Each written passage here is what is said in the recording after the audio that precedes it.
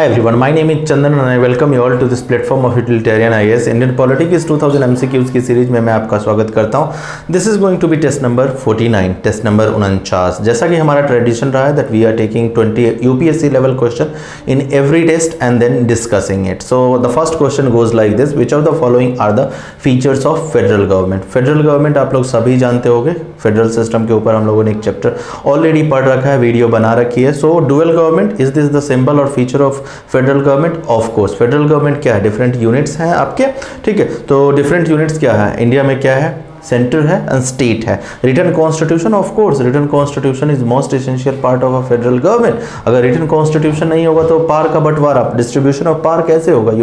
You have 7th schedule. Supremacy of parliament नहीं, supremacy of parliament अगर हो जाएगी तो जो डिफरेंट फेडरल यूनिट्स हैं, जो स्टेट्स हैं, स्टेट लेजिस्लेचर, स्टेट गवर्नमेंट, वो कहाँ जाएंगे अगर सुप्रीमेसी पार्लियामेंट की हो जाएगी, ठीक है। तो डिस्ट्रीब्यूशन ऑफ पावर है हमारे कॉन्स्टिट्यूशन में, जिसमें कुछ पावर्स दिए गए हैं सेंटर को, कुछ पावर दिए गए हैं स्टेट को। तो supremacy of parliament can not be a feature of federal government. अगर चैप्टर पढ़ा हो तो आप लोगों को पता है rigid constitution, so yes this can be a feature because constitution जो है इंडिया में कौन अमेंड कर सकता है? Only parliament can amend. और अगर इस प्रोसेस को आपने ईजी बना दिया तो it can easily take away states right. State भी फेडरेशन में एक यूनिट है ना, उसका कॉम्पोनेंट है। तो रिजिड कॉन्स्टिट्यूशन जो होना चाहिए फेडरल गवर्नमेंट में, रिजिड ऑफ कोर्स होना ही चाहिए। तो 1, 2 and 4 should be your answer and b is the answer. Consider the following statement about creation of legislative councils in states, ठीक है। 2 statement has been given and we have to tell कि भाई legislative, so in parliament motion for creation and abolition of legislative council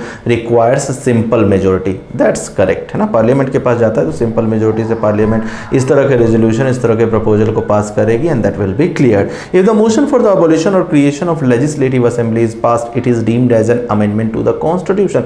नहीं, it will not be deemed an amendment to the constitution, specially under article 368, ठीक है। तो it's incorrect, it's correct. So a correct बताना है, 1 only is going to be the right state. Next 960, which of the following provision about national emergency are correct? 1 enforced the laws made by the parliament. ये पूछ रहा है कि भाई एक बार अगर पार्लियामेंट जो है during the national emergency parliament is making law on the state subject, तो उसकी लॉ की वैलिडिटी क्या लॉ लाइफ लॉन्ग रहेगी? The answer is no, it will not be life long. That law will exist on the state subject, जो state में subject के ऊपर बनाया है पार्लियामेंट ने, वो सिर्फ 6 महीने तक रहेगी after this 356 has ended.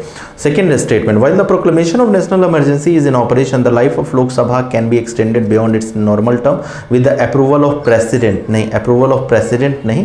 yes, ये पहला सेगमेंट जो है वो करेक्ट है। लोकसभा के टर्म जो है 1 ईयर तक बढ़ाया जा सकता, मतलब 1 ईयर एट ए टाइम बढ़ाया जा सकता है, ठीक है। बियॉन्ड इवन 5 ईयर्स जो लोकसभा का टेन्योर होता है, but that will be done by parliament and not the president. And second statement is also incorrect. Correct बताना है, कोई करेक्ट नहीं है and hence D is the right answer. Which of the following can cartel the jurisdiction and powers of the supreme court. तो आप सभी जानते हैं, अगर सुप्रीम कोर्ट का चैप्टर आपने पढ़ा है तो आप सभी जानते हैं सुप्रीम कोर्ट की जो पावर्स हैं और या जुरिस्डिक्शन है उसको कर्टेल इवन पार्लियामेंट नहीं कर सकती। एक्सटेंड कर सकती है, एक्सीड कर सकती है, बट वो नहीं कर सकती। So D will be the answer. Next question, which of the following falls under original jurisdiction of the supreme court? Interstate water dispute नहीं, इंटरस्टेट वाटर डिस्प्यूट जो है आर्टिकल 262 ये आता है आपका ट्राइब्यूनल्स बनाएगी। सेंटर जो है, centre is empowered, central government की ट्राइब्यूनल जो है बनाया जाएगा। डिस्प्यूट बिटवीन सेंटर, यस ये है सुप्रीम कोर्ट का ओरिजिनल। इसके जब अगर डिस्प्यूट होता है सेंटर स्टेट या फिर centre plus more than 1 state, तो उस केस में जो किसी भी एंटिटी को इधर टू सेंटर और स्टेट ने अगर जाना है तो डायरेक्टली सुप्रीम कोर्ट जाना होगा, हाई कोर्ट वगैरह नहीं। तो ये ओरिजिनल जुरिस्डिक्शन है। Ordinary disputes of commercial nature between centre state नहीं, इसमें भी जो है ये इसकी भूमिका नहीं है, ओरिजिनल जुरिस्डिक्शन नहीं है। सो 2 only is going to be the right statement and hence B is the right answer. Consider the following statement about appeal by special leave। आप जानते होंगे सुप्रीम कोर्ट की ये power, it is a discretionary power and it can not be claimed as a matter of right. बिल्कुल सही। It can be granted only in final judgement incorrect, ठीक है। Mid stage में भी जो है ये सुप्रीम कोर्ट में लोग जा सकते हैं स्पेशल लीव पे। It can be related to any matter constitutional, civil, criminal and tax, so that is correct answer. पहले ही रिफ्लेक्ट हो गया, हमें करेक्ट बताना था, C is going to be the correct statement. हमें यहाँ भी करेक्ट बताना है। Consider the following statement about parliamentaries committees, they are set up by the prime minister according to the exchange, no they are not setup by the prime minister, rather it will be set up by the speaker और chairman of the house, ठीक है। They work under direction of speaker and chairman of the house, बिल्कुल correct. This committee present their report to the president which causes them to be laid before the parliament, no they do not submit it to the president, rather this will submit it to the house, ठीक है। So only second statement again is the right, correct बताना है, so C is the right answer. Consider the following statement, the executive power of the state shall be vested in the governor, बिल्कुल correct, you know article 154, ठीक है। After 42nd constitutional amendment the ministerial advice has been made binding on the governor, no this is incorrect। After 42nd constitutional amendment presidents को जो advice council of minister central level पे देंगे वो binding बना दी गई, but as far as states are concerned, ठीक है, state के काउंसिल मिनिस्टर जो है वो बाइंडिंग एडवाइस गवर्नर को नहीं दे पाएंगे as per 42nd constitution, so this is incorrect. Correct बताना है, so first statement A1 only is the correct. Consider the following statement, two statement has been given और हमें करेक्ट बताना है। The minister shall hold office during pleasure of the chief minister. The minister shall hold office during the pleasure of the chief minister. नहीं, the minister shall hold office during the pleasure of what you call this governor and not the chief minister. The council of ministers shall be collectively responsible to the legislative assembly of the state. The council of ministers shall be collectively responsible. Yes, that's correct, है ना। तो correct बताना है, 2 only is going to be the correct statement, ठीक है। अगर focus से आप नहीं करोगे तो वही होगा क्वेश्चंस को अटेम्प्ट, अगर फोकस से आप नहीं करते हो तो वही जो मेरे साथ हुआ अभी।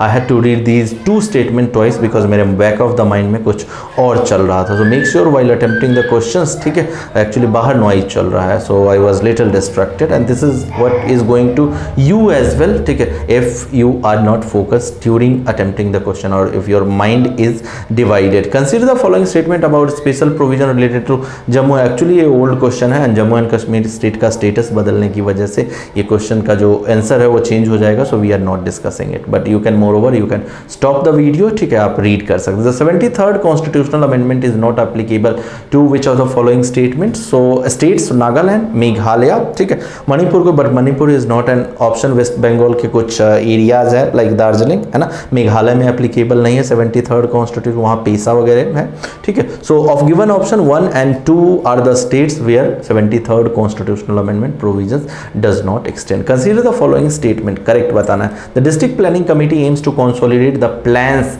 prepared by the Panchayati Raj, बिल्कुल correct. The district planning committee shall submit its report to the metro, ये यही गलत हो जाता है। The district planning committee is going to submit its report directly to the state government, ये मेट्रोपॉलिटन प्लानिंग कमेटी का इसमें कोई रोल नहीं है, so 1 only is going to be the correct statement. Next statement, which are the following statement regarding the fundamental duties mention in to the constitution are is or are correct, ठीक है। They can be enforce through writ jurisdiction, no they can be enforce but through ordinary law, not by the writ jurisdiction. So first statement आपका incorrect हो जाता है, तो ये नहीं होगा, ये नहीं होगा।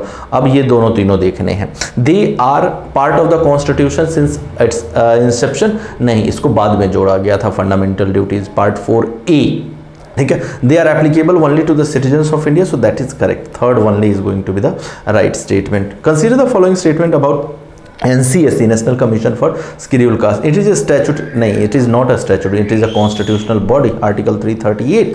It was established in 2004 as a separate commission for the scheduled caste. Yes, that's correct. Actually, the commission members are appointed by the parliament. No, they are appointed actually by the president. Again, correct बताना है, so 2 only is going to be the correct statement. Which was the essence of, what was the essence of 24th constitutional amendment to the Constitution of India?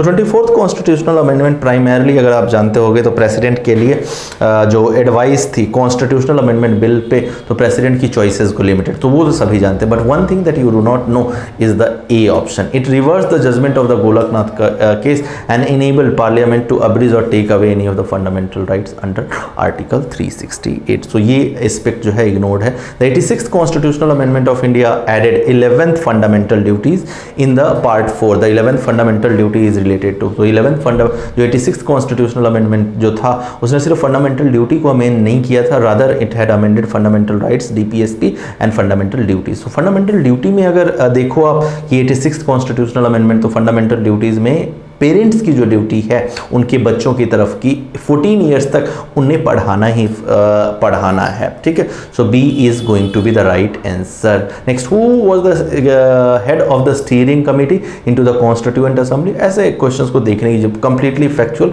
Rajendra Prasad, इसमें options देखने की कोई आपको जरूरत है ही नहीं। In the Indian constitution the method of election of president was taken from which of the constitution? So of course it has been taken from Irish constitution. Which of the following constitutional amendment is known as mini constitution due to the important and large number of changes made by the various part of the constitution? ठीक है, so of course 42nd constitutional, the most famous constitutional amendment और most controversial constitutional amendment, जिसके most of provisions को 44th constitutional amendment से फिर से reverse कर दिया गया। so that controversial constitutional amendment which is described as mini constitution is nothing but 42nd constitutional amendment, and hence D is the right answer. Last question, of which of the following function was not performed by constituent assembly? Was not performed by, it ratified, so yes it ratified. It adopted national flag, yes. It adopted the national anthem on this date, yes. So all of the function rather, right? So D is going to be the right answer. That there is no any such function जो कि नहीं किया था constituent. Every function given here from A to C had been performed by the constituent assembly, and hence D is going to be the right answer. So with this we are wrapping up this test as well. We'll meet you into the next test. Till then, bye bye.